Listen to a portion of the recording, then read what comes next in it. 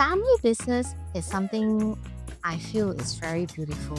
There are no hard and fast rules in a family business because how it runs and how it steers depends on yourself and the family members around you. Hi, Ellen. Welcome to Chico. Thank you, Shreya. Thank you for having me. Can you share a bit more about yourself? For a start, my name is Ellen. I run Union Energy Corporation. It's a family business. I've been doing this for the last 27 years. Besides that, I'm also a mother of four, and my kids are young adults. So I actually have, I'm quite immersed in the business right now. So first part of my journey, I was doing the LPG gas business for 20 odd years. 6 years ago, we saw that there's an opportunity in the market to do electricity retailing and subsequently solar into renewables. So that's where I am right now. You said that you're in a family business. Were you always in the family business or how did the transition happen? Oh, yes, good question, Shreya. So I didn't intend to come into the family business in the first place. It was during the financial crisis that, gave me the opportunity. I was kind of like an accidental leader. This when I graduated in the year 1998. There was a lot of opportunities for me outside. But however, the business, the family needed me to come back and to help because at that point in time, we were at the brink of collapse. We had a lot of debt and we had a business that was not going well. We didn't have a lot of control and there was cost overrun and coupled with a lot of uncertainty because of the financial crisis. So I was called to, stick to help in the business. And I thought that, okay, let me get ready my CV. After 2 years, I may be out doing what I really like to do. But the 2 years became like, 5, 10. It just didn't have an exit clause for me. My contract didn't have an exit clause. So I stayed on. And it has been a very enjoyable journey, to be honest, Ria. And I urged everybody who has a family business for them to just dive in because you never know what it brings you and where it's going to bring you. And when I started, I was just looking into like the LPG business and I thought this is a sunset industry. How can I turn this? But an opportunity came about. We're doing merger and acquisition all of a sudden, in the finance, in the numbers game, in operations. So it it just became a roller coaster journey and it gives you a lot of gratification actually to see that a lot of process, a lot of your ideas have been implemented and the change that you are in control to bring about. It is something that I believe I couldn't get this in the corporate world. And when you are in the business long enough, you gain industry knowledge, then you are able to identify opportunities that will come along, opportunities that you want to grab and you will want to realize. So that's where we came into the electricity retailing business, and subsequently because of the landscape and the climate change in the industry that give rise to renewables that presents where am I today. So back in the days where we did the LPG business, it was a sunset industry in a way. Everybody thought it was a sunset industry. But we made it different. We digitized the business, we digitized the process, and we made ourselves more competitive than the rest of our players. And that gave rise to opportunities to do M&A. And then give rise to the economies of scale that we are able to do a lot more than traditional business owner. And then you dive into branding, you dive into people talent retention. So the many the many verticals that I would have touched, I have gone into is something that I think corporate world will not present this. Yeah. You spoke about the family business journey that you embarked on gave you a lot of self-trust. You also presented opportunity to innovate, to disrupt, and to do mergers and acquisition. This in the surface looks very exciting. what was happening in the background? How do you go from taking over the business and I want to bring into this innovation? What kind of conversations were you were you experiencing with the family? I think my entry was quite a turning point for myself rather than for the company. Because I didn't realize I had so much, I wouldn't say expertise, had so much courage to learn and unlearn things, to make changes. And I also didn't realize that, each opportunity presents itself as another gate to another world. So this is something that I personally feel that the challenges drive my everyday energy. And in a nutshell, I have taken the path, less trodden. And it was hard. It was tough. I didn't, I can't share with you in detail what went through in my mind. I just knew that I had to do it. Every day I had to run faster than others in order to, be there first, in order to make sure that our ecosystem is intact and still alive. So at that point in time when we did merger and acquisition, I didn't have finance background. So what do? Talk to people who are there and and hire for that matter. You just have to equip yourself with things that you don't have. Yeah, in order to make things, to turn things around. Being in that position is a hot seat. You make it or you break it. So it was tough, but I must say very challenging because cannot turn things around on your own. You must have a team, Hmm. and communication is really key. Getting your vision there and the understanding of why has to be downloaded, to the minds of the people that you work with in order for them to run that distance with you. So the purpose of of each action has to be really, really communicated clearly. And besides that, there's a lot of other fringe activities that you have to tackle, like the emotional well-being, the psychological well-being, and what ticks for them and what doesn't. You just have to have different strokes. There's no one single stroke for the same, you know, for all of the people that you Hmm. deal with. So we just tried. Yeah. The gas and the renewable energy industry, it looks very male dominated. Have you experienced the same from your lens? Strangely enough, this doesn't really deter me because as when I started in the gas business, I was very young. My compatriots were all quite senior. They didn't view me as a threat, to be honest. In fact, I kind of learned quite a fair bit. And being a female in this industry, I felt that I had the advantage. And being young as well, I had the advantage of being humble, being humble enough to ask questions and not feeling that I would sound stupid. I don't think that there's ever a moment that I felt that asking a question was really stupid because you just ask. And if they felt that, you know, they can help you with it, you just do it.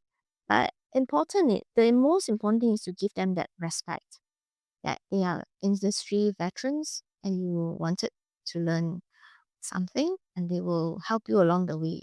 So with renewables, it's the same because of my situation and my gender as a female. It's very rare, but however, people are willing to talk to you if you're humble and you ask them for help. I just think that not our environment is such that when you present yourself in a not so aggressive manner and people are willing to hold that conversation with you and actually exchange information. So this is how I have benefited over the years. And I think that being a female doesn't deter you from doing a lot of things. I mean, in the renewables industry, when I first started out, I climbed rooftops. I had to go do a lot of site visits myself because I need to learn. I needed to know. And if I don't know, how do I hire people? How do I set the process? Yeah. Being in the LPG industry is the same. I have to understand the entire process. Else, I wouldn't be able to digitize and then have a framework that, you know, gave rise to our size today. So I just think that there are a lot of ways to handle, when you feel that you felt inferior as a woman in the industry. You don't have to show it. You just have to be more confident, be humble. Through whatever it is that you said, one thing that's really stood out to me that you're an eternal optimist. You've spoken about like so many words that I'm getting from you. You spoke about self trust, you spoke about self confidence, you spoke about having that vision that when you're young, be more hungry. If you're humble, people will help you. If you don't see that someone is looking you as a threat, then it would be easier for you to move forward. How do you see, how do you have a different perspective? Because it's very easy to say that, and anyone could say it, right? That, oh, this is such a male dominated industry, but I've done this, but I've done that, right? But how do you have that, how can someone have that humble perspective that when even in a family business when they're going through a certain challenge, or even at work when they're going through a certain challenge, that they can step back and look at it from a different angle and tweak that situation? I feel that self-awareness is very important, and at every time you need to be aware of your emotions and be very, very clear how you want to portray this and how you want to show this. So I have, in a way, I carry like a self-awareness thermometer. There's a happy, there's a glad, there is sad, there's an angry, there's a hurt. You know what? You just have to remind yourself which thermometer are we going to show today, and what are we going through. That if we are carrying a hurt, how can we, all right, reorganize this energy so that it doesn't hurt somebody, it doesn't cause more hurt to yourself. So you have to be first very self-aware of your emotions. When you look at something that didn't go right, it went wrong, horribly wrong. The first instance, the spark is there. You get angry because the temperature goes up. But is this really something you want to do? You ask yourself first. What can you achieve by being upset, angry? What can you achieve after that? So instead of channeling that heat, right, you kind of like having the heat heating up, you just channel it into something. How can we resolve this?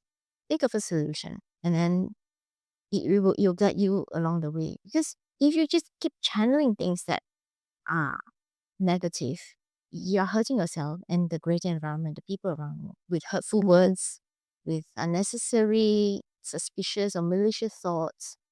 And this is not going to work. And I kind of know that I should not dwell in this, because you will keep sinking lower and lower and lower. And you will find it hard to swim up later. So I would not let myself sink to the bottom. The moment I felt myself sinking, I would try to calibrate and I'll swim up. So this is how I always been telling myself to be very aware of the emotions. Yeah, because whatever angry words that comes out, angry actions that comes out, you cannot take it back. Yeah, focus on resolution and calibrating yourself. I think that is the key thing. I mean, if you know my sister or my family members, they would tell you, Ellen sees rainbows every day.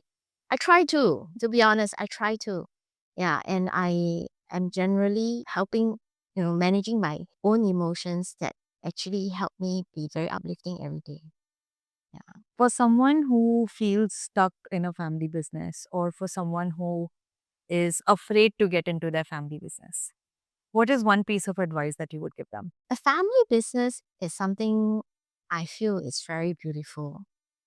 There are no hard and fast rules in a family business, because how it runs and how it steers depends on yourself and the family members around you.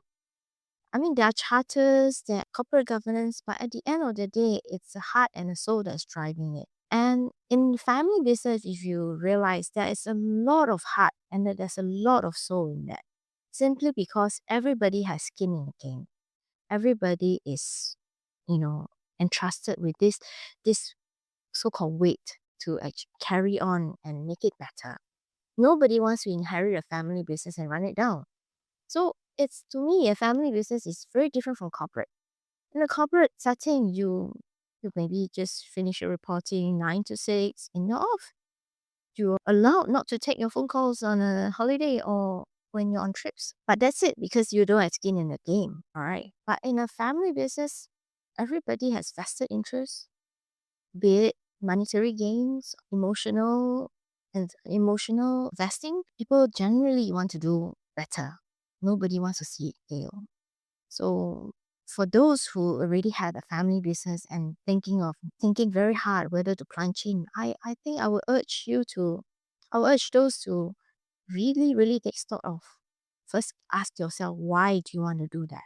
Why do you want to go in? Do you have enough vested interest to want to turn things around? Because if you're just an employee in a family business, it's very hard. It's very hard. But if you have a vested interest and you want to generally turn things around, and get your family business into a higher level, just jump in. And you have ideas, you have that motivation, that urge to move things, please go ahead. Yeah. And it's sad when you see, and I see it all the time when, you know, there's a family business that's thriving, quite decent, but the children just didn't see you know, the value of it. And in my course of work over the last 3 to 4 years, I've seen a lot of family business either pare themselves down or they sold it to a foreign player, which is doing better. So I ask myself, why? What is it that people don't see in their family that can elevate this? Because for me, I know from the start that after about 5 years, I realized that I'm standing on shoulders of giants, and I think I could the sky's the limit. I should be doing that rather than, standing on ground up and starting all over again.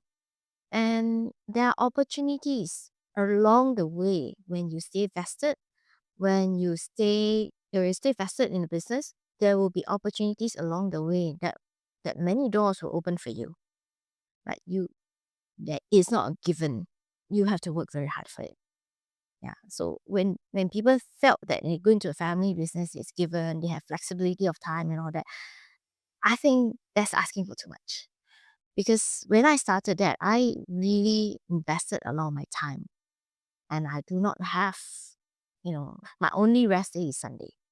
And I even Sundays sometimes is work. And but it's through all this that build resilience. Yes, sometimes people will say, I need a break, I need a downtime. But it gives you that opportunity to build that resilience and gives you that clarity in time to come. How not to have this issue recurring and how you have the power to change it. So I felt that the empowerment that I have in the corporate world, you will not get that when I'm in that position. Would you want your legacy to move forward? Mm. Yes, I would love to have my legacy move forward. And in this modern day, right, there are many ways and many platforms and instruments that we can use to have the legacy move forward. And I understand that my children may not be, adequate. It all depends on what they want to do in future. And I'm not stopping them because for myself, I had this obligation to come back to serve. That was because of circumstantial, situational issue. But in my children's time, it shouldn't be the case. They have a choice. But nevertheless, legacy can be formed in different instruments. Just sharing, there would be like professionals, all right, that could come in, and we can still continue the legacy of the business. But to be fair, usually in a family setup, one or two family members has to be in there to actually drive the whole vision to make sure that legacy and our values are intact. So I just don't think that I would force it upon my children or any other family members to continue that legacy. But I will wish for the legacy to be continued. Simply because when I grew up, and this has been transferred to me. When we grew up in a gas business, you would know that, during the festive season, like Chinese New Year, it's the busiest time of the year for us. And for many years, I can't count how many, I lost count. For many years, we are the family that starts dinner at 9 o'clock, 9 p.m. or even 9:30. Okay. Because we have to make sure that all our customers and all the deliveries are completed before we have our own reunion dinner. And that wasn't a big deal for us because we know that we need to deliver that promise to all the household. They should be the one that, is waiting for this dinner to be served. So we make sure things are going through. And many a times during the one of the dinner, we had like calls. When we start early, we had calls. Oh, I ran out of gas. Could you please help us when we were still small? And our Mm. operations were still small. And my brother or my dad would just stop, drop, and just deliver that. We felt that this value of this commitment transpire into us. It's ingrained. So whenever the that we have a issue with the customer, we will take it really seriously. And we actually quite ingrained in us in delivering the service quality and the promise. That's why when you ask me about the legacy, I thought, yes, I think this is a very good value that we need Mm. to, we need to let the next generation understand. Yeah, because it sounds like that the entire country was a family of yours in a way that you wanted everyone to also enjoy their reunion dinners, and then you put yourself as second. Yeah.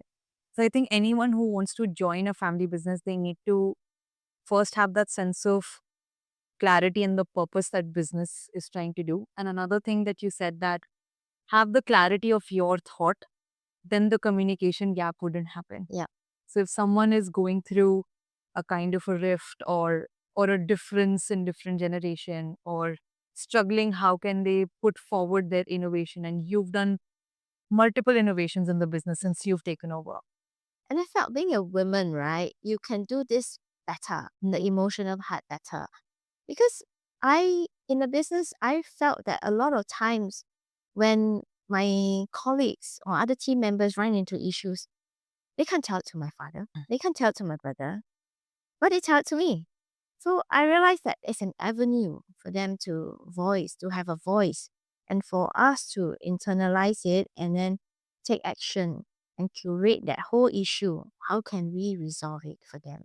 So I think being a woman is not all, it's really an advantage. I always see it as an advantage wherever I go, to be honest. I don't see myself any lesser than, other people. Yeah. Well, Ellen, I've loved this conversation Thank thoroughly. you very much. Thank you so much for sharing the nuggets of wisdom that you have. Thank you. Really Thank appreciate you it. for having me, Shreya. Appreciate it. Thank you.